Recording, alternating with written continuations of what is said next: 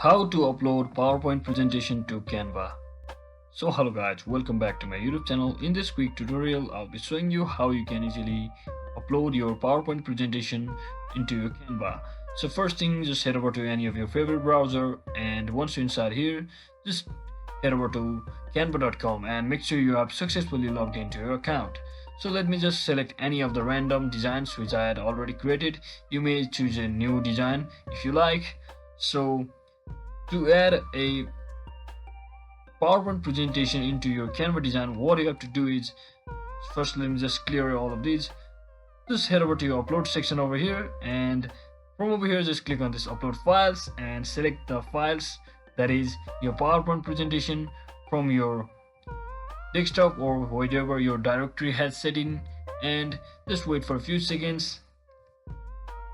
And once it gets uploaded, just tap on this here and just click on apply on all pages, and you may as well bring it over here. And as you can see, your PowerPoint presentation will be imported just like this successfully into the Canva design. So hope this video was helpful guys.